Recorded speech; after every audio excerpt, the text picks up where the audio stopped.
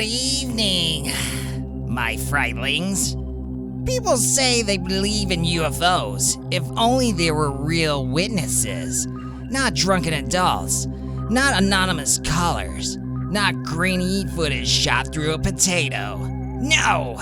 They want teachers, children, and the daylight. Well, on April 6, 1966, more than 200 students and staff watched something descend from the sky, hovering silently and teaching a lesson that no one was allowed to talk about for decades.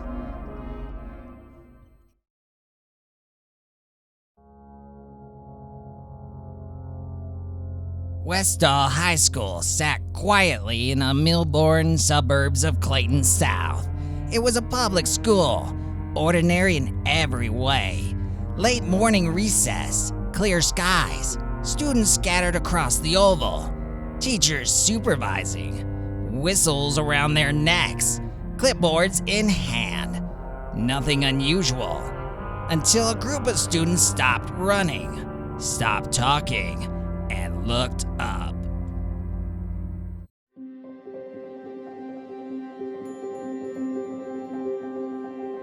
Hovering above the trees was an object witnesses described as metallic, disc-shaped, roughly the size of a small car. It made no sound, no propellers, no jet noise, and no smoke, just presence. Teachers shouted for the students to stay back. The object tilted, then descended, slowly, deliberately, towards a nearby field known as the Grange, just beyond the school grounds. And that's when the second object appeared, then a third. Multiple witnesses, including teachers, reported seeing the main craft hover low over the grass. Not crash, not wobble, hover. The grass beneath it flattened into a near-perfect circle. Then, without warning, the object rose straight up, paused, and shot away at an angle that defied conventional aircraft movement. Gone in seconds, a smaller object followed, silently. This wasn't a children-only event. Science teacher Andrew Greenwood witnessed the craft himself. He later stated publicly that what he saw was not a plane or a helicopter. Other staff confirmed the sighting. Parents arriving later that day reported having the same descriptions from dozens of students, independently.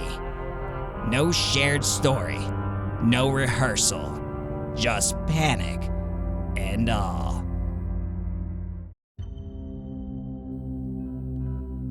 Now, where the object hovered, the grass remained flattened, not burned, not scorched, pressed, as if by weight. Within minutes, police arrived. Then came vehicles witnesses couldn't identify. Military personnel. Uniforms without insignia. Men who didn't answer questions.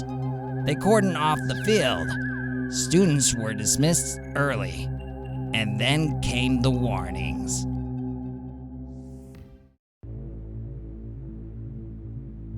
Teachers were pulled aside. Students were questioned individually.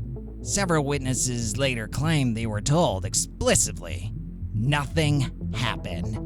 One teacher said a military official warned her career would suffer if she discussed the incident. No official explanation was given. No press conference. No follow-up. Just silence, which, as history shows us, is rarely comforting.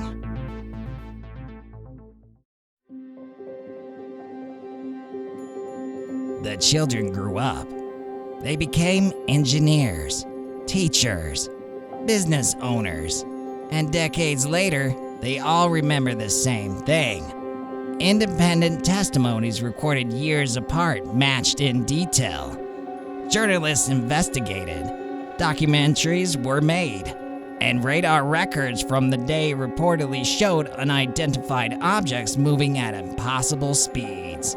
Australia never officially denied the event. They simply stopped discussing it.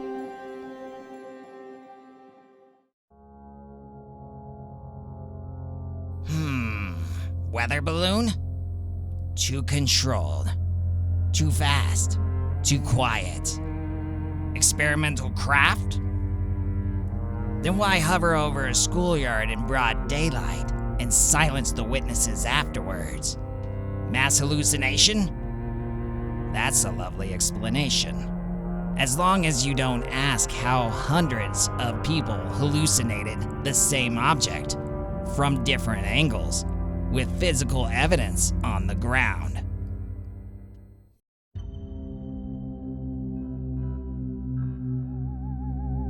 Westall wasn't alone. Similar schoolyard sightings occurred years later in Zimbabwe. Children again. Daylight again. The same questions repeated. And maybe that's the most disturbing part. Whatever these objects were, they didn't hide. They appeared where disbelief would be strongest, where witnesses would be dismissed first. People ask if we're alone in the universe. But maybe that's the wrong question. Maybe the real question is, why do they keep showing up where curiosity is still alive and the authority has the hardest time controlling the story? And if they do return, would anybody listen to the children staring up from the playground? Or would they tell them the same thing we always do? Nothing happened.